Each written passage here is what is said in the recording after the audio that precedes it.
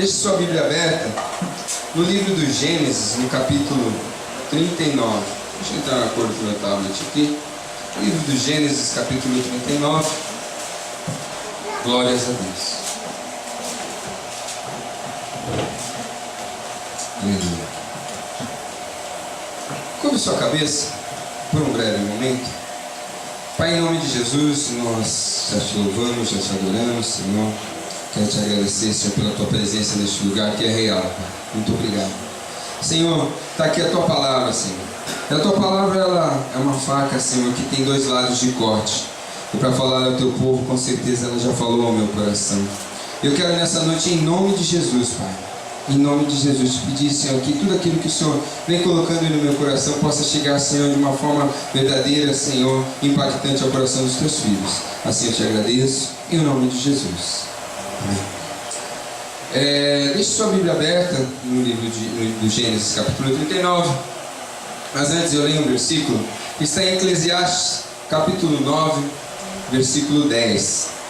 Tudo quanto vier a tua mão para fazer, faça-o conforme as tuas forças, porque na sepultura, para onde tu vais, não há obra, nem projeto, nem conhecimento, nem sabedoria alguma. Irmãos, de tantas incertezas que nós temos na vida, uma coisa é certa, que um dia todo mundo vai para a sepultura. E o que fica antes da sepultura não são seus bens, sabia? Porque muitas vezes você constrói fortuna, mas aí você deixa para alguém que é meio desvaiado, em menos de um ano, em menos de 6 meses, acaba com a sua fortuna.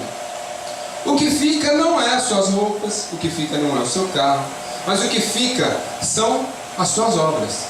Aquilo que você fez fica marcado na história. E é por essa razão que nós hoje vamos falar sobre José, né? Falar de José é muito fácil, uma vez que nós já sabemos o final da história, né? Então fica fácil gostar da história de José. Aí a gente sabe tudo o que vai acontecer, né? Basta você ir no livro do Gênesis, ler lá, já fizeram filmes, já fizeram tantas coisas, desenho animado a respeito de José. Mas eu queria fazer uma pergunta: e se você não soubesse do final da história? Será que a história de José, ela é tão empolgante assim? Agora, e a nossa história? Muitas vezes nós estamos comparados a José. E fica difícil se alegrar quando você é traído, quando você é vendido, quando você é deixado de lado, quando você é invejado por aqueles que estão mais próximos. E talvez se nós começarmos a nos inserir na história de José, nós comecemos a entristecer o nosso coração. Porque nós não sabemos o final da história. A nossa, a de José, a gente sabe. Amém? E aí, queridos, na última vez que nós falamos sobre José, ele tinha acabado de ser vendido. E aí a gente vai acompanhando aqui, de uma forma responsiva, a história de José. E José foi levado ao Egito, a Potifar, oficial de Faraó, capitão da guarda, homem egípcio, comprou da mão dos ismaelitas, que tinham levado lá. E o Senhor estava com José, e foi um homem próspero, e estava na casa do Senhor, seu senhor egípcio. Vendo, pois, que o Senhor estava com ele, e tudo fazia o que fazia o Senhor, prosperava a sua mão. José achou graça em seus olhos, e o servia, e ele pôs sobre a sua casa, e entregou na mão tudo o que tinha. José agora ele sai da cova e passa uma jornada solitária. Ele tinha sido vendido pelos seus irmãos pelo menor preço que podia se vender um ser humano, 20 moedas de prata. Era o menor valor que tinha um escravo.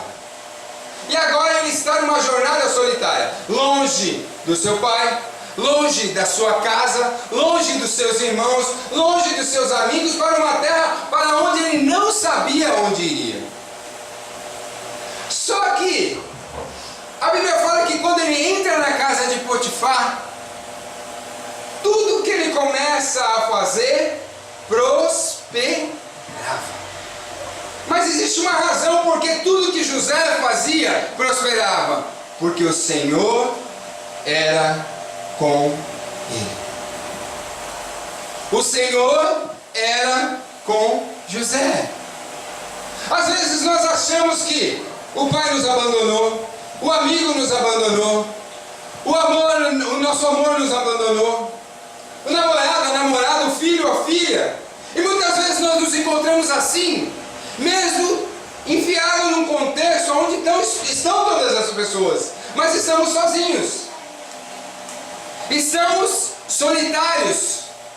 Mas eu posso te afirmar com toda certeza, a Bíblia nos fala aqui, pode porventura uma mãe se esquecer do seu filho? A Raquel esqueceu a Aninha algumas vezes. Algumas vezes. E eu esqueci a Raquel. Foi. Mas isso é uma história para um outro dia. Sabe? Então por que a palavra diz porventura? Daí Deus diz assim, olha, todavia eu não me esquecerei de ti. Uma mãe pode até abandonar um filho. Existem diversas mães que abandonam filhos, dão para outras famílias. Mas esquecer, elas jamais esquecem. Mas Deus não esquece de você. Você pode até achar que você está sozinho, mas você não está. E a palavra de Deus nos diz, querido, que José começou a prosperar. E aí ele começou a fazer prosperar a casa de Potifar. E aonde ele colocava a mão, fazia crescer. As riquezas de Potifar começaram a aumentar. E o cara era abençoado. Só que tem um detalhe, a Bíblia faz questão de falar que ele era de um garoto formoso, ele era bonito. Olha, veja onde mora o perigo. Porque nessa tradução aqui não diz, mas se você procurar na tradução, por exemplo, da Thomson e da Pentecostal, diz que assim, e José foi vendido para Potifar, eunuco de Faraó. O que é eunuco? Quem sabe o que é eunuco? Levanta a mão. A irmã Patrícia, mais ou menos. Eu sei, mas mais ou menos. Não, mas você é difícil explicar, tá bom? O eunuco é um cara castrado. Ele não tem as partes, né? Para não correr riscos, né? É um cara castrado. E ele era um eunuco de Potifar. Então, ou seja, a mulher, ela tinha um marido rico, tinha uma casa cheia de servos, né? E agora aparece um garoto bonito. E aonde o cara toca, faz prosperar. Eu imagino que de repente, dependendo do tempo que ela já estava esperando aparecer um garoto bonito, qualquer garoto que aparecesse, né? Porque afinal a mulher estava numa situação meio delicada, né? Então agora apareceu bonito, né? Então vantagem. E ela começa a se insinuar para José. E José, em determinado momento, ele fala assim, olha, e a Bíblia fala que ela deixa claro, falando assim, olha, vem e deita-se comigo, ou seja, vem se relacionar sexualmente comigo. Ele falou assim, olha, o meu senhor, falando de Potifar, ele deixou tudo na minha mão, a casa dele, as finanças. A confiança era tanto que Potifar, ele só sabia do pão que chegava até a mesa. Ele não tinha noção do que estava acontecendo na casa dele, de tanta confiança que ele tinha em José. Ele só sentava para comer, o resto estava tudo sobre conta de José. Ele disse assim, ele me confiou tudo, mas ele não me confiou uma única coisa, a senhora. A senhora é a mulher dele.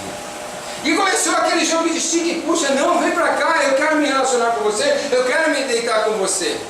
Aí chega um momento, ele bate na mesa e fala assim, olha, porventura, trairia eu a confiança do meu senhor Potifar e pecaria contra o meu Deus? Sabe, queridos, até onde nós estamos dispostos a servir a Deus? Claro, como eu falei aqui, nós todos queremos as bênçãos que José recebeu. Quem quer receber as bênçãos de José? Diga amém. Amém. A pergunta que fica em questão é: Quem quer pagar o preço que José pagou?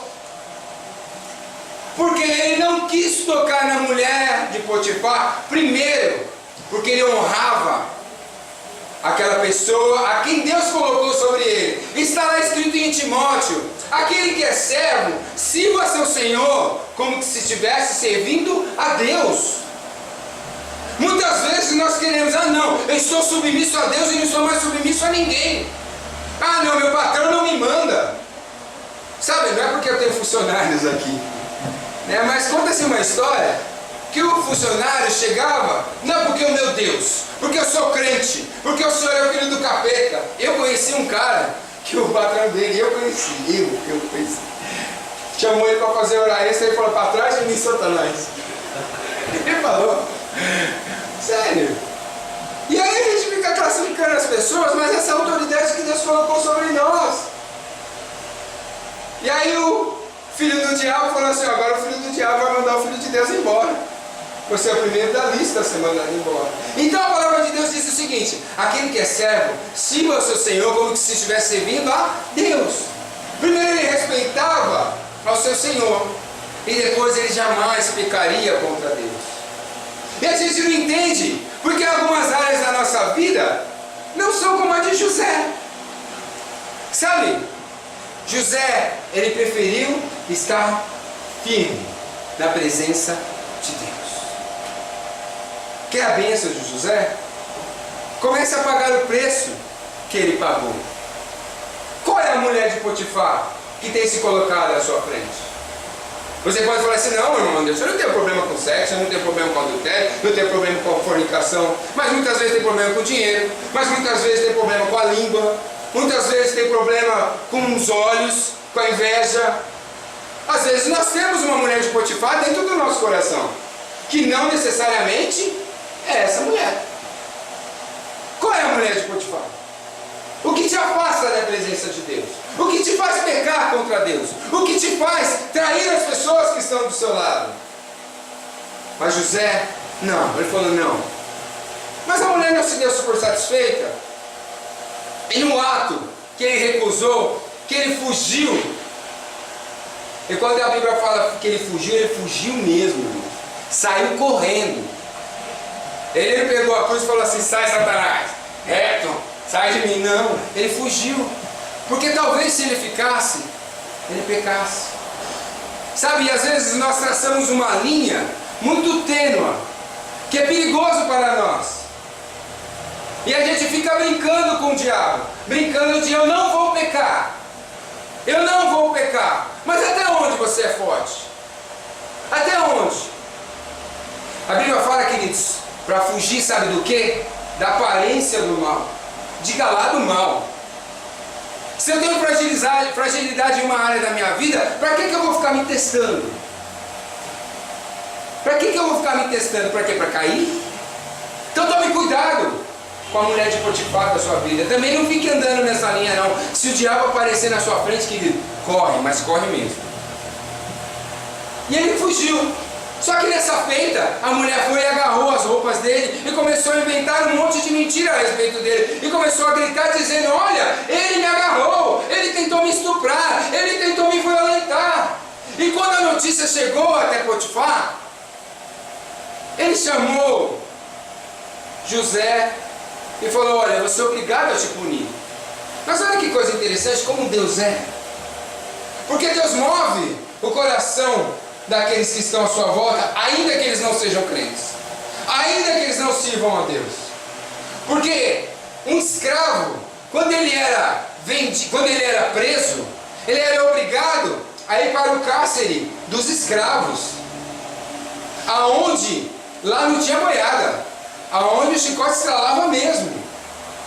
Mas a Bíblia fala que José, ele foi ser preso no cárcere da prisão dos que serviam a Faraó. Até nisso Deus cuidou dos detalhes. A Bíblia não diz isso, mas talvez José tenha entrado num canto a sós com Deus e disse assim: Senhor, eu não neguei o teu nome, eu não pequei contra o Senhor, e olha a situação que eu me encontro, olha onde eu vim parar. disposto a ir para a prisão para não negar o nome do Senhor? Você está disposto sim a não negar o nome do Senhor em todas as situações? A pagar o preço de fato? Sabe, ele falou assim: olha, eu estou sozinho. Talvez, né? Isso é uma conjectura minha. Eu estou sozinho, fui abandonado pelos meus irmãos. Agora eu fui caluniado. Agora eu estou preso de novo. Sozinho, de novo. Mas Senhor, eu te glorifico, porque eu não resisti à tentação. Eu resisti à tentação. Eu não neguei o seu nome. Você se orgulha de quando você vence o diabo? De quando você passa por uma tentação e fala assim: Senhor, graças a Ti, eu venci. Eu não neguei, eu não pequei, eu não voltei atrás. Sabe por quê, queridos? Porque quando nós somos espremidos, talvez você esteja perguntando: será que eu estou assim como José? Será que eu estou passando por essa situação? Qual é a sua prisão? Mas quando você é espremido, o que sai de você? É o seu pior ou é o seu melhor? Porque afinal, ele já estava lá com a mulher mesmo, já estava preso, já era escravo. Talvez ele usasse o ditado popular que tem aí: já estou no inferno, só abraçar o capeta agora. Já não tem mais nada a perder. Já está tudo perdido mesmo. Então eu vou ignorar tudo isso e vou colocar tudo a perder. Quantas pessoas que quando Deus coloca a prova, frente a frente com o pecado, frente a frente com tantas tentações, as pessoas, em vez de enfrentar, não negam o nome de Deus. Negam. E a Bíblia diz o seguinte: aquele, Senhor Jesus dizendo, aquele que me negar diante dos homens, eu negarei diante do meu Pai. Você pode não negar Jesus com as palavras, mas muitas vezes nós negamos a Jesus com as nossas atitudes, com aquilo que falamos, com aquilo que pensamos e da maneira que agimos. Sabe, queridos, as nossas palavras falam, mas as nossas atitudes gritam. E quantas vezes nós ouvimos um grande jargão popular que diz aqui, assim: eu já disse isso. Se ele é crente, eu então... Se for para ser crente que nem ele, que nem ela, prefiro não ser. Quantas vezes nós já ouvimos e já falamos isso? Sim ou não, irmãos? Sim. Sim ou não? Sim. Sim. Por quê? Porque as nossas atitudes falam muito mais que as nossas palavras. E agora, José é levado ao cárcere. De novo. E a Bíblia nos fala aqui, olha que coisa linda. Gênesis 39, 19 e 20. E aconteceu que, ouvindo seu senhor as palavras de sua mulher, que lhe falava dizendo conforme as mesmas palavras, fez teu servo, a sua ira se acendeu. E o senhor de José tomou e o entregou na casa do cárcere, e o lugar onde os presos estavam, o rei encarcerado. E assim esteve ali no cárcere. No cárcere da onde? Do palácio. Deus preparou o melhor, mesmo na prisão, mesmo na sua prisão, mesmo no seu pior estágio. Deus quer preparar o melhor para você. Deus quer preparar o melhor para você. E aí diz o seguinte, lá no 40, no 7 e 8. O Senhor, porém, estava com José, e estendeu sobre ele a sua benignidade, e deu-lhe graça aos olhos do carcereiro mor. Queridos, mais uma vez, todos abandonaram José, mas quem estava com ele? Quem estava com ele? Deus. Será que de fato você está sozinho? E começou aquele jogo de estica e puxa: não, vem pra cá, eu quero me relacionar com você, eu quero me deitar com você. Aí chega um momento, ele bate na mesa e fala assim: olha, porventura trairia eu a confiança do meu senhor Potifar e pecaria contra o meu Deus? Sabe, queridos, Até onde nós estamos dispostos a servir a Deus?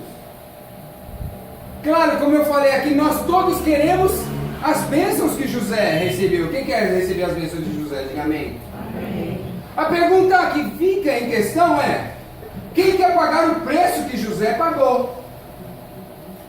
Porque ele não quis tocar na mulher de Potifar, primeiro, porque ele honrava aquela pessoa a quem Deus colocou sobre ele. Está lá escrito em Timóteo: aquele que é servo, sirva seu Senhor como se estivesse servindo a Deus.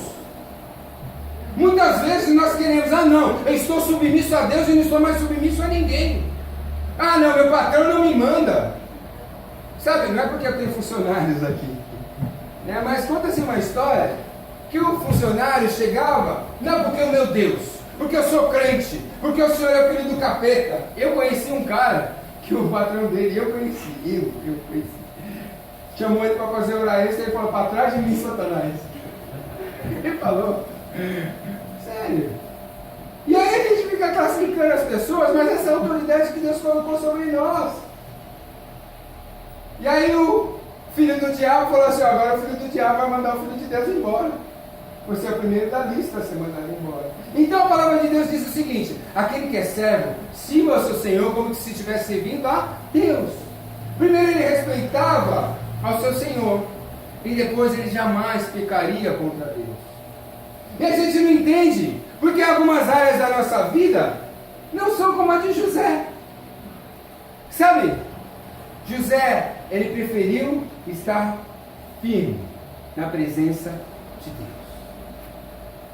Quer a bênção de José? Comece a pagar o preço que ele pagou. Qual é a mulher de Potifar que tem se colocado à sua frente?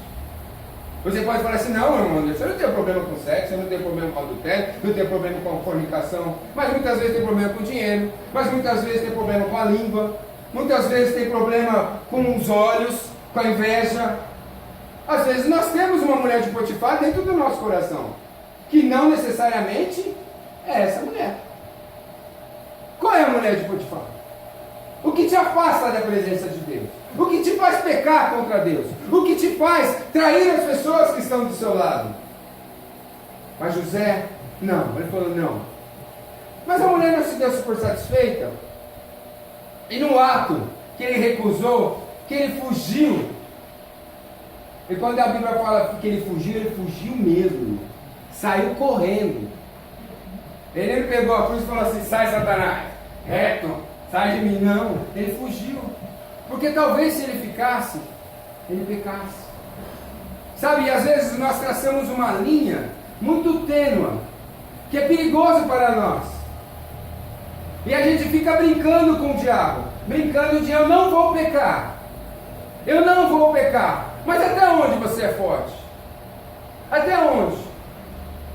A Bíblia fala, queridos, para fugir, sabe do que? Da aparência do mal. Diga lá do mal. Se eu tenho fragilidade em uma área da minha vida, para que eu vou ficar me testando? Para que eu vou ficar me testando? Para quê? Para cair? Então tome cuidado com a mulher de Potifar da sua vida. Também não fique andando nessa linha não. Se o diabo aparecer na sua frente, querido, corre, mas corre mesmo. E ele fugiu. Só que nessa feita, a mulher foi e agarrou as roupas dele e começou a inventar um monte de mentira a respeito dele. E começou a gritar dizendo: olha, ele me agarrou, ele tentou me estuprar, ele tentou me violentar. E quando a notícia chegou até Potifar, ele chamou José e falou: olha, você é obrigado a te punir. Mas olha que coisa interessante, como Deus é. Porque Deus move o coração daqueles que estão à sua volta, ainda que eles não sejam crentes, ainda que eles não sirvam a Deus. Porque um escravo, quando ele era preso, ele era obrigado a ir para o cárcere dos escravos, aonde lá não tinha boiada, aonde o chicote estralava mesmo. Mas a Bíblia fala que José, ele foi ser preso no cárcere da prisão dos que serviam a Faraó. Até nisso Deus cuidou dos detalhes. A Bíblia não diz isso. Mas talvez José tenha entrado num canto, a sós com Deus, e disse assim: Senhor, eu não neguei o teu nome, eu não pequei contra o Senhor, e olha a situação que eu me encontro, olha onde eu vim parar. Você está disposto a ir para a prisão para não negar o nome do Senhor? Você está disposto, sim, a não negar o nome do Senhor em todas as situações? A pagar o preço de fato? Sabe, ele falou assim: olha, eu estou sozinho. Talvez, né? Isso é uma conjectura minha. Eu estou sozinho, fui abandonado pelos meus irmãos. Agora eu fui caluniado. Agora eu estou preso de novo. Sozinho, de novo. Mas, Senhor, eu te glorifico, porque eu não resisti à tentação. Eu resisti à tentação. Eu não neguei o seu nome. Você se orgulha de quando você vence o diabo? De quando você passa por uma tentação e fala assim: Senhor, graças a ti, eu venci. Eu não neguei, eu não pequei, eu não voltei atrás. Sabe por quê, queridos? Porque quando nós somos espremidos, talvez você esteja perguntando: será que eu estou assim como José? Será que eu estou passando por essa situação? Qual é a sua prisão? Mas quando você é espremido, o que sai de você? É o seu pior ou é o seu melhor?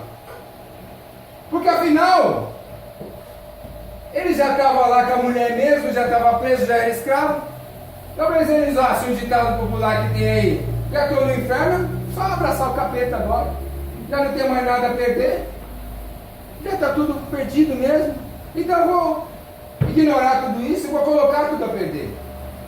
Quantas pessoas que quando Deus coloca a prova, frente a frente com o pecado, frente a frente com tantas tentações, as pessoas, em vez de enfrentar, não negam o nome de Deus. Negam. E a Bíblia diz o seguinte: aquele, Senhor Jesus dizendo, aquele que me negar diante dos homens, eu o negarei diante do meu Pai. Você pode não negar Jesus com as palavras, mas muitas vezes nós negamos a Jesus com as nossas atitudes, com aquilo que falamos, com aquilo que pensamos e da maneira que agimos. Sabe, queridos, as nossas palavras falam, mas as nossas atitudes gritam. E quantas vezes nós ouvimos um grande jargão popular que diz aqui, assim: eu já disse isso.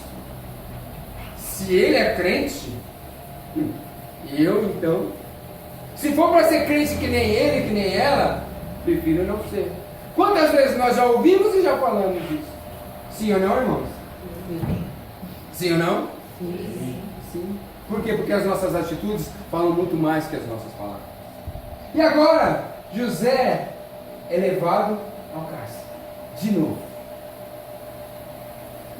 E a Bíblia nos fala que, olha que coisa linda. Gênesis 39, 19 e 20. E aconteceu que, ouvindo seu senhor as palavras de sua mulher, que lhe falava dizendo conforme as mesmas palavras, fez teu servo, a sua ira se acendeu. E o senhor de José tomou e entregou na casa do cárcere, e o lugar onde os presos estavam, o rei encarcerado. E assim esteve ali no cárcere. No cárcere da onde? Do palácio. Deus preparou o melhor, mesmo na prisão, mesmo na sua prisão, mesmo no seu pior estágio. Deus quer preparar o melhor para você. Deus quer preparar o melhor para você. E aí diz o seguinte, lá no 40, no 7 e 8. O Senhor, porém, estava com José, e estendeu sobre ele a sua benignidade, e deu-lhe graça aos olhos do carcereiro mor. Queridos, mais uma vez, todos abandonaram José, mas quem estava com ele? Quem estava com ele?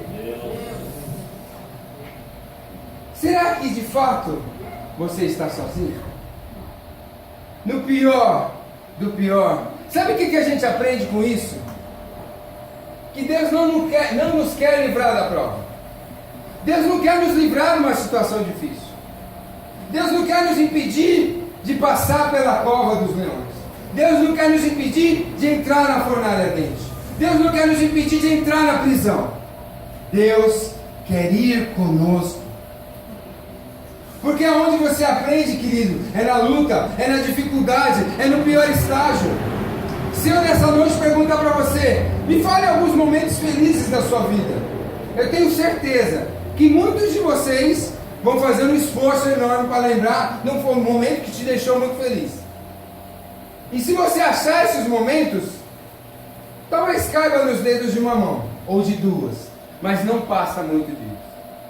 Mas se eu perguntar para você quantos momentos difíceis você já passou, vai falar, vixi, não vai caber na memória do meu computador. Não vai ter folha de papel que escreva tantas lutas que eu já passei. E aí eu vou perguntar para você, e a pior? Você lembra? Lembro, mas tem uma pior ainda, Anderson, que eu te conto. A questão é, o que você aprendeu? Porque muitas vezes, queridos, Deus nos leva às mesmas situações, nos mesmos lugares, com as mesmas pessoas, para ver o que nós aprendemos. E aí você fala, de novo, Deus, eu estou na mesma situação? De novo vivendo o mesmo problema? E Deus vira a pergunta para você, o que você aprendeu com a mesma situação, com o mesmo problema? Sabe, conta-se que um irmão, um senhor, toda vez que o pastor chamava ele para dar uma palavra, assim como eu fiz com Daniel, ele lia o Salmo 23. Aí tinha uma pessoa, daí começava, o Senhor é meu pastor, e nada me faltará, deitar me faz direito de espaço, aí vai. Aí chamava o irmão, o Senhor é meu pastor, e nada me faltará. Daí tinha um irmão que sentava do outro lado do irmão e falava assim, meu Deus do céu, toda vez que o pastor chama esse irmão, ele fala o Salmo 23. E o outro irmão, é verdade, ele fala o Salmo 23. Daí outro dia o pastor chamou ele, o Senhor é meu pastor. Eu falei, de novo? Será que ele não sabe falar outra palavra? Daí esse irmão se injuriou e falou assim, irmão, você já sabe o Salmo 123? O Salmo 123? Ele falou, não. Ele falou, então deixa o irmão continuar. Né? Às vezes nós falamos, Senhor, por que é a mesma situação? Porque nós não aprendemos. E a Bíblia fala que José começou a prosperar naquele cárcere. E é tudo que ele fazia, prosperava. E a ponto de o carcereiro já falou assim, não, eu não quero mais cuidar do cárcere, vou entregar na mão de José. Só que, eu pego um gancho aqui nessa palavra. Quando você está numa situação difícil, o que você dá em resposta? José, ele dava a sua excelência no fazer as coisas. Ele dava o seu melhor. Agora, e você? E eu? O que nós damos quando estamos numa situação difícil? Já que nada muda mesmo, eu vou fazer de qualquer jeito. Às vezes Deus abre uma porta pequena para a gente. Pequenininha. Para que você haja com excelência. E você age de qualquer jeito. De qualquer maneira. Essa porcaria desse salário. Essa porcaria desse carro. Essa porcaria dessa casa. Isso e aquilo. Vou tratar de qualquer jeito. Está chutando cachorro. E a Bíblia diz o seguinte: foste fiel no pouco, e no muito eu te colocarei. A nossa fidelidade com Deus, queridos, não tem só a ver com grana, não.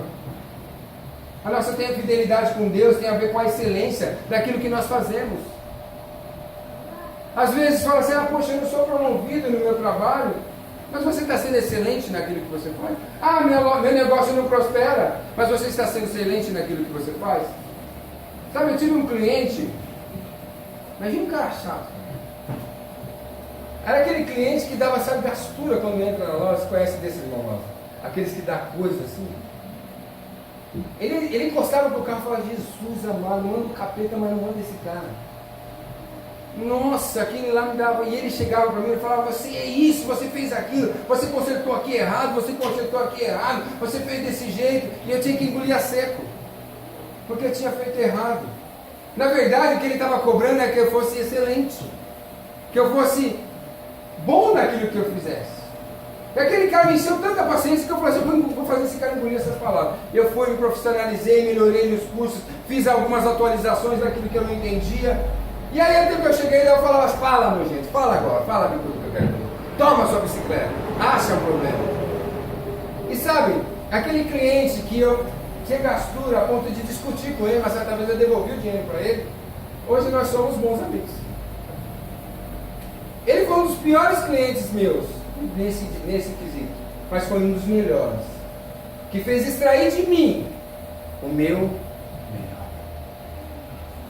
Se Deus te colocou hoje numa situação difícil, o que você tem dado em resposta?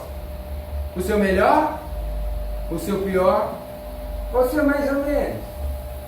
Lembra da história do mais ou menos? Nós não queremos pessoas mais ou menos. Nós não queremos serviço mais ou menos. Nós não queremos amigos mais ou menos. Nós não queremos nada mais ou menos. Quem quer, diga amém. Quem não quer, diga glória a Deus. Glória a Deus. Então por que nós não oferecemos o nosso melhor? Por que nós não oferecemos o nosso melhor? E aí a Bíblia fala que José, ele começou a prosperar. Só que não era só o trabalho de José. Deus era com José. Deus tinha dado um dom para José. E aí conta que o padeiro e o copeiro de Faraó foram presos naquela prisão. E eles tiveram sonhos. E eles ficaram perturbados.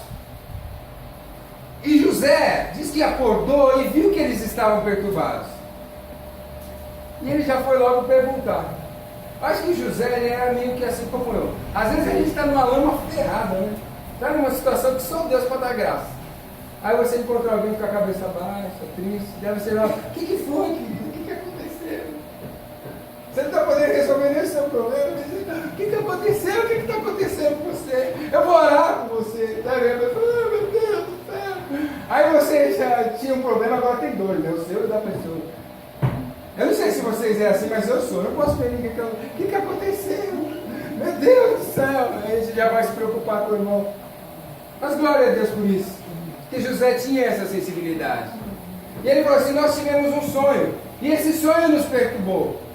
E olha que coisa linda. Ele diz assim, então me conta. Porque quem não dá revelação, senão Deus? Quem não dá o dom, senão Deus? E aí Bíblia fala que o copeiro falou assim, olha, eu vi 3 cachos de uva e eu estava com um copo de Faraó na mão. E espremia as uvas e caía com vinho dentro do copo de Faraó. E aí o padeiro, daí ele falou assim, olha, esse sonho tem o significado desses 3 cachos de uva, são 3 dias, daqui 3 dias o Faraó te levantará no palácio e você voltará a servir na casa de Faraó. Daí o padeiro ficou empolgado e falou assim, não, eu também tive um sonho. Eu sonhei que eu estava com 3 cestos cheios de comida, das melhores especiarias de Faraó, na minha cabeça. E vinham as aves e comiam as especiarias. Ele falou, não, esse significado é parecido. Né? Esses 3 cestos são 3 dias.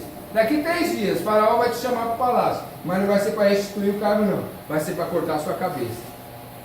E os corvos comerão a sua carne. E assim aconteceu. Mas só que antes do copeiro voltar para o palácio, José disse assim, ó, lembra de mim quando você estiver na presença de Faraó. E tudo aconteceu conforme José tinha dito. Mas passaram-se 2 anos. José preso. E Faraó teve um sonho. E esse sonho perturbou Faraó. E aí ele chamou os sábios do seu reino, os feiticeiros, os mágicos, para revelar o sonho. E nenhum deles puderam revelar. E ele ficou angustiado. E aí o copeiro, ele chegou para Faraó e falou assim, Faraó, eu cometi uma besteira. Há 2 anos atrás, quando você mandou me prender, eu tive um sonho na prisão. E lá tinha um homem hebreu que revelou esse sonho. E conforme ele falou, assim aconteceu. Aí Faraó de pronto, chama ele. Chama ele. E quando a notícia chegou para José, olha que coisa linda. Eu não sei porque que a Bíblia estava escrito isso, mas eu me atentei para esse detalhe. Diz que ele trocou de roupa e se barbeou. Sabe por quê? Lembra qual é o título dessa mensagem?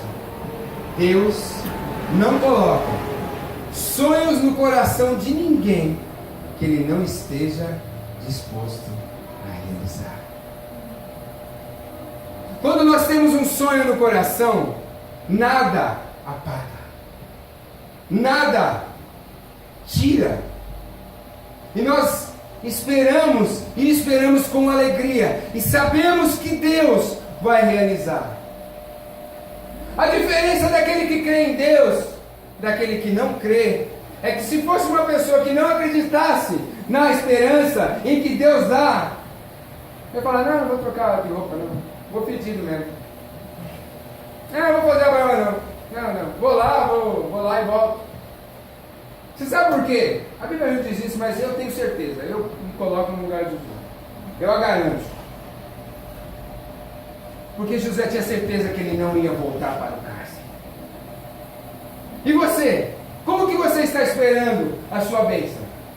Como que você está esperando o chamado de Deus para realizar o seu sonho? Desanimado? Triste? Abatido? Não vai trocar de roupa? Não vai fazer a barba? O Marcos acho que não, né? Que tem cuidado com a cara. Ele vai passar ali no pirata, vai dar um talento, mas a barba ele não vai fazer não. Mas como que você tem esperado? Ah não, eu vou por quê? Fazer o quê? Tem que ir, né? Tem a chamada do emprego, olha, nós estamos esperando você para fazer uma entrevista. Eu vou. Vai que, né? Você foi chamado aqui para receber o dinheiro. Não sei, duvido que seja para mim. Sou tão azarado, pão de pobre sempre cai com a manteiga para baixo mesmo. Como que você tem esperado a bênção? Sem ânimo. Afinal, o Deus que você serve, realiza ou não realiza? Ele faz ou ele não faz? A minha Bíblia fala do meu Deus, que diz o seguinte: aquele que crê em mim, ainda que esteja morto, viverá. O impossível cabe a Deus. Ainda que no seu coração está dizendo é impossível, eu quero nessa noite profetizar em nome de Jesus: é possível. O Deus que eu sirvo é capaz de ressuscitar o seu sonho. O Deus que eu sirvo é capaz de alegrar o seu coração novamente. O Deus que eu sirvo é capaz de dar um novo ânimo. Eu acho que você não entendeu. Eu vou repetir, para que você glorifique a Deus de verdade. Porque pelo que eu entendi, você não trocou de roupa e você não fez a barba. O Deus que eu sirvo é capaz de realizar o seu sonho. O Deus que eu sirvo é capaz de te trazer a alegria de volta. Glória a Deus. Glórias a Deus. Glórias a Deus. E a Bíblia fala que Faraó chama ele até a presença. Ele falou: José, eu estou perturbado de coração. Eu tive um sonho que me entristeceu. E ele falou assim: olha, eu via no rio 7 vacas gordas. E depois vinham 7 vacas magras e comiam essas vacas. E depois eu fiquei perturbado e ainda vieram mais 7 espigas gordas, cheias. E vinham 7 espigas magras e ressequidas e comiam essas espigas. O que significa isso? E José disse assim: olha, Deus te revelou o que vai acontecer. Haverá 7 anos de muita fartura e depois 7 anos de muita seca, de muita fome. Sabe, queridos, às vezes Deus revela um ímpio para te abençoar. Às vezes nós vamos ao encontro de alguém aonde Deus colocou no seu caminho e você já sai murmurando, maldiçoando a pessoa. Às vezes foi Deus que preparou essa pessoa para abençoar a sua vida. Vai com alegria, fala assim: Senhor, me direciona no que eu vou falar. Me direciona no que eu vou falar. Deus te deu dons, queridos. Deus te deu palavra de sabedoria. Deus te deu capacidade, Deus te deu intelecto. Então peça para que Deus te direcione. E ele chega e fala assim, olha, levanta um homem, sábio entre todos os homens, para que governe e que amontoe bastante sementes nos celeiros, para que quando vier o tempo da seca, o Egito fique abastecido.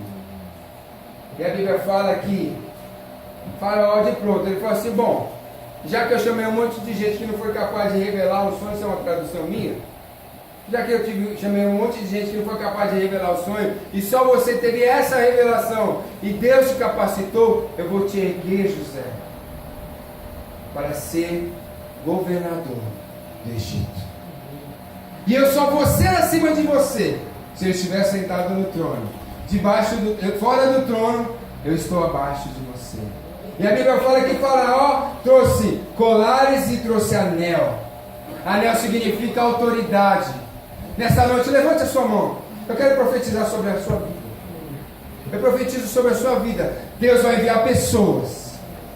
Deus vai enviar pessoas para te abençoar, para te prosperar, para te dar autoridade, para você vencer na época da guerra, na época da seca, na época da sequidão. Você pode receber isso? Diga amém, eu recebo. Amém. Só que a história não para aí, queridos. Diz que a seca chegou. E se passaram 7 anos de fartura. E José governava sobre o Egito. Só que a fome chegou nas terras de Jacó, seu pai. Sabe, queridos? E Jacó diz assim, olha, para os seus filhos, sobre até a terra do Egito, e leva dinheiro para comprar comida. E diz que eles levaram bastante dinheiro.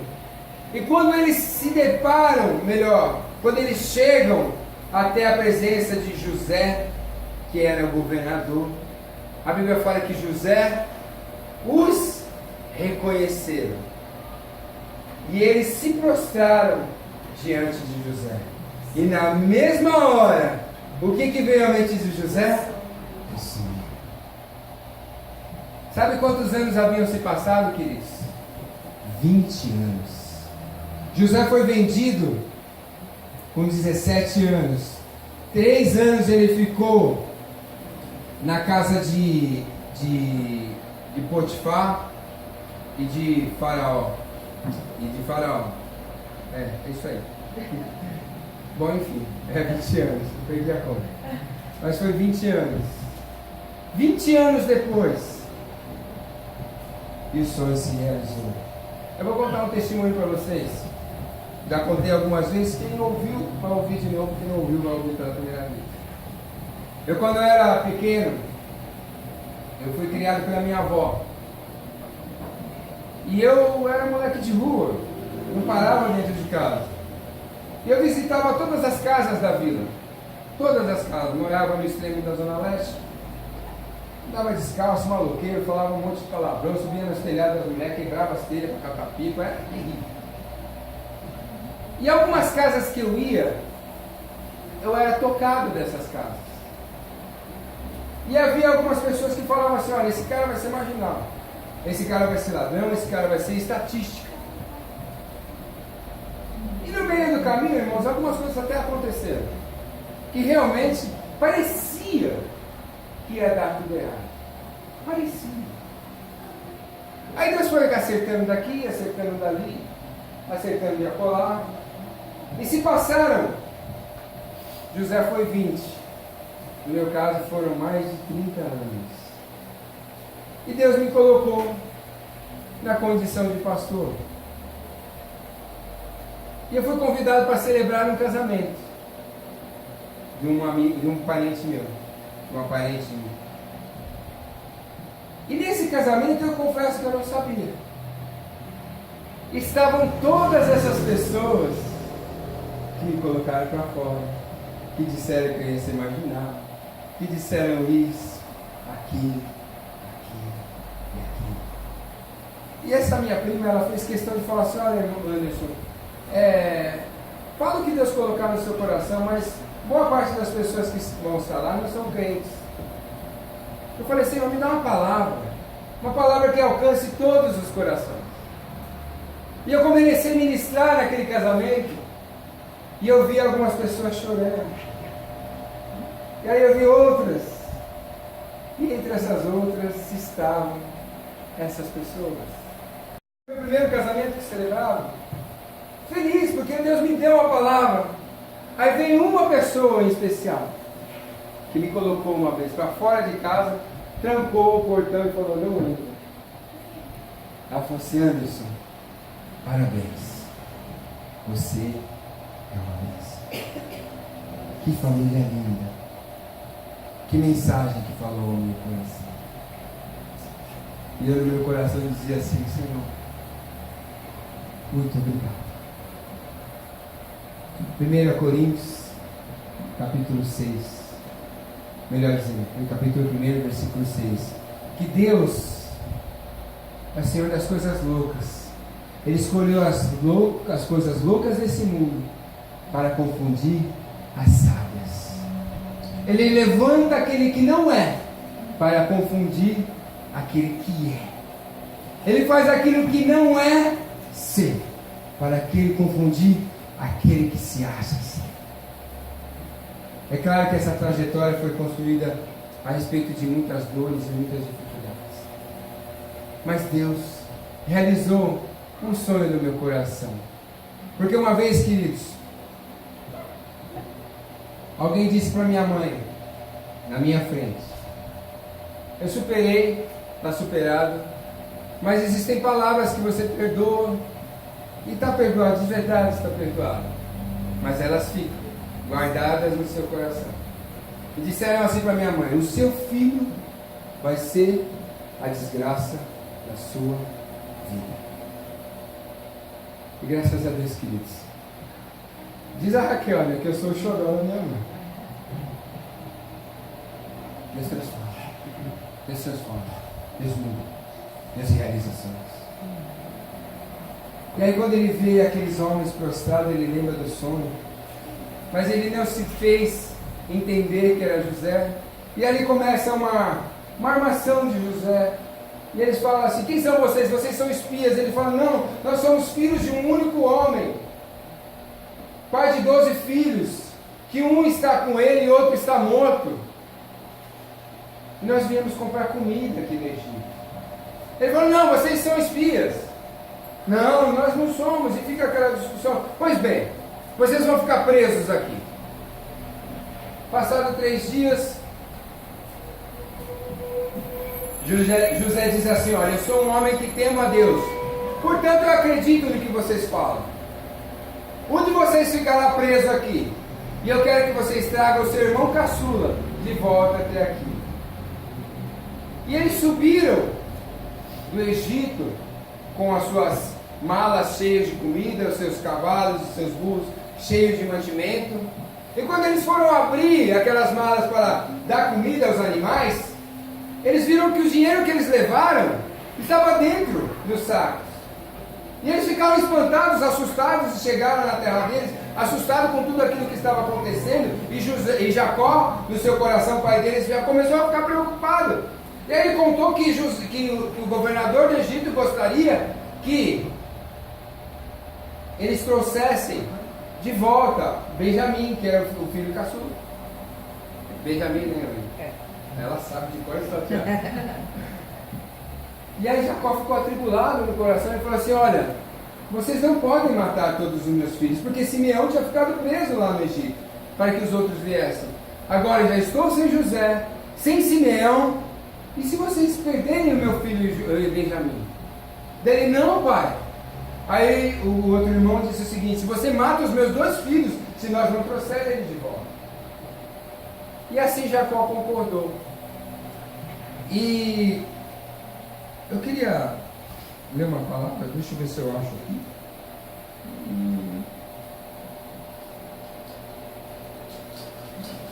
Achei. Só para Vou deixar quem está ali embaixo, já falo para vocês. E aí eles voltaram para o Egito. E José diz que quando ele viu Benjamim, porque até então ele falava com tradutores, né? Ele não se fez conhecer. Quando ele viu Benjamim, o coração dele começou a desmanchar. Começou a amolecer. E a Bíblia fala que ele se afastou e foi chorar. Porque ele lembrou de tudo que tinha acontecido. Uma ferida que estava aberta há 20 anos.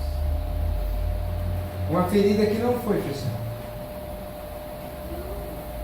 Sabe, queridos, tem coisas na nossa vida que o tempo passa, mas a ferida, ela fica aberta. E você pode ficar pobre, ficar rico, ficar pobre, ficar rico, ir para o Japão, voltar para o Brasil, ir para os Estados Unidos, ou para onde você for, mas a ferida está aberta. Em algum momento, Deus vai te colocar diante de alguém para fechar a ferida. Não tem jeito de continuar a história com a ferida aberta. Não tem jeito de seguir o caminho sem resolver algumas situações. Não tem jeito. Sabe por quê? Porque a ferida estava aberta para José, mas a ferida estava aberta para os irmãos dele. Sabe por quê? Porque quando José prendeu eles, ele falou assim: olha, Deus está trazendo sobre nós aquilo que nós fizemos no passado. Todas as vezes que nós causamos alguma coisa a alguém, a ferida fica aberta. E todas as vezes que há uma situação semelhante, a acusação vem. O diabo coloca o dedo na nossa cara e fala assim: olha, lembra quando você fez? Lembra quando você machucou? Lembra quando você falou? Lembra quando você pisou? Lembra quando você matou? É por isso que está te acontecendo isso. E só existe um jeito de resolver essa situação, é colocando Deus no meio. Porque a Bíblia fala que dos nossos pecados Ele não lembra mais, e que Ele lança no mar do esquecimento. Sabe por que a Bíblia fala tanto de perdão? Porque nós, na nossa humanidade, não somos capazes de perdoar. Não somos capazes de perdoar as pessoas e nem a nós mesmos. José tinha um problema para resolver: perdoar os seus irmãos. E os irmãos deles tinham um problema para resolver: perdoar eles mesmos. Existem pessoas que Deus já perdoou o pecado, já tirou ele daquela vida, e ele continua carregando aquele fardo. Meu irmão, nessa noite, se Deus me trouxe essa palavra no meu coração para transmitir a você, se perdoe. Deixe de carregar um fardo que não é seu. Já foi cravado na cruz. Já foi cravado na cruz. Você não tem que levar isso. A palavra de Deus nos diz o seguinte, lá em João, no capítulo 3, na carta de João, no capítulo 3: se o teu coração te condena, muito maior é o teu Deus, que o teu coração pode te perdoar. Glória a Deus. Não há acusação que possa nos separar do amor de Deus. Lá em Romanos capítulo 8 diz o seguinte: quem nos separará do amor de Deus que está em Cristo Jesus? A morte, o presente, o porvir, os anjos, os demônios, nada pode nos separar do amor de Deus. E às vezes nós não continuamos a nossa jornada. Quantas pessoas são ricas, têm família, têm filhos, têm pai, têm mãe, mas são infelizes porque não se perdoam, são amargas, são secas, não conseguem sorrir para a vida, dos olhos não cai uma lágrima. Sabe por quê? Estão mortas por dentro. Não perdoam. E carregam esse fardo por longos anos. E aí ele se depara com seus irmãos. E aí ele fica quebrantado. E ele toma uma decisão no coração dele: eu tenho que resolver essa parada agora. Meus irmãos não podem sair daqui sem eu resolver isso. Talvez hoje Deus esteja trazendo uma palavra que você tem que mandar um WhatsApp para alguém que você tenha que ligar para alguém, que você tenha que falar tete a tete com alguém e dizer assim: olha, nós temos que resolver isso, eu não posso mais carregar isso no meu coração, eu quero continuar a minha jornada e quero que você continue a sua. Muitas vezes nós temos que fazer isso sim. Sabe por quê? Porque nós vamos viver uma jornada infeliz. Por melhor colocado que você esteja na sua vida. E a Bíblia fala que ele se fez conhecer aos seus irmãos. E ele os abraçou. E eles choravam copiosamente. Sabe como que se chama isso? Abraços que curam. Abraços. É difícil, mas quantas pessoas estão precisando ser curadas? Você já apertou alguém e abraçou assim, aquele abraço que não fala nada, aquele que você sente o coração da pessoa batendo junto com o seu assim? Abraços que libertam, abraços que, quando você sai leve daquele abraço. Nós temos que viver a perdão. E aí ele começa a apresentar a seus irmãos, o faraó, e ele apresenta os seus filhos, que eu fiz questão de colocar aqui. Os nomes dos filhos de José.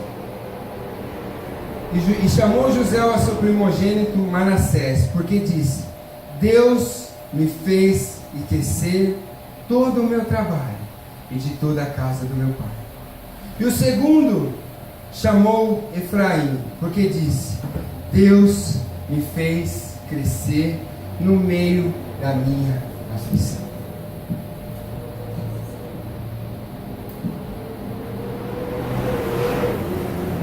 Sabe, queridos, hoje eu vivo um sonho. Lembra quando começou essa mensagem? Essa mensagem começou na Kemi, quando ela me fez aquela pergunta: qual é o teu sonho? E que ela toda empolgada: ai, meu sonho é ser youtuber, só que meu irmão não faz o canal pra mim. E ela desesperada porque o Takeshi não faz o canal, e eu quero também ter os poderes de não sei quem lá do Dragon Ball, que não sei o quê. E ela empolgada, e eu todo encabulado: o que eu vou responder pra essa menina? Qual é o meu sonho? Meu irmão, coloca um sorriso no rosto. Qual é o teu sonho? Qual é o teu sonho? Deus ainda é capaz de ressuscitar sonhos. Só que no processo, na caminhada do sonho, de você ir em busca do seu sonho, existem as pedras, existem as dificuldades, existem as lágrimas, né, Kátia? Existem as lágrimas, existem as dores. Só que quando nós alcançamos os nossos sonhos, e eu tenho eles, e eu tenho certeza, queridos, eu tenho certeza diante de Deus que esse sonho está muito em breve, vai se realizar. Ele está muito próximo, e eu estou gerando esse sonho. E quando esse sonho nascer, ele vai ter nome, vai se chamar Manassés, vai se chamar Efraim. Sabe por quê? Porque Deus vai me fazer esquecer todo o sofrimento, Deus vai me fazer esquecer tudo aquilo que eu passei, Deus vai me fazer também, vai se chamar Efraim. Sabe por quê? Ele vai dizer o seguinte: me fez crescer no meio da minha aflição. Deus nos colocou às vezes no período de aflição para que nós crescemos, para nós sairmos mais fortes, para nós sairmos moldados por Ele. Então coloque um sonho, um nome no seu sonho. Diga assim: eu vou colocar. Eu vou colocar. Não vou colocar nome ninguém desse jeito aí. Eu vou colocar um nome no meu sonho. Vai se chamar Manassés. Porque Deus vai me fazer esquecer. Esquecer mesmo. Vai ser tão bom que eu não vou lembrar de nada. Vai se chamar Manassés. E vai se chamar Efraim também. Porque eu vou crescer nessa aflição. Aplauda o Senhor.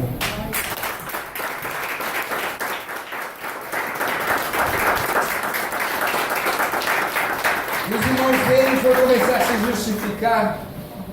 E ele falou assim: olha, não fala nada. Não fala nada. Vocês não precisam falar nada, porque eu entendi o que Deus queria fazer comigo. Ele queria me trazer para cá antes, para que eu crescesse nessa aflição, para que eu pudesse ajudar vocês nesse período de fome. Você não só vai ser abençoado, você vai abençoar pessoas. O seu sonho não vai só levantar você, porque a Bíblia fala que quando eles voltaram para dar notícias sobre José, Jacó reviveu seu ânimo. E quando Deus te abençoar, queridos, você pode ter certeza que muita gente que está morta do seu lado vai ressuscitar, e Deus vai ser glorificado na sua vida. E aí ele disse assim: olha, Deus me trouxe aqui para que eu abençoasse a vida de vocês. E eu concluo dizendo essa mensagem dizendo o seguinte: aquilo que parece ser uma grande tragédia, uma aparente tragédia, Deus transforma em uma grande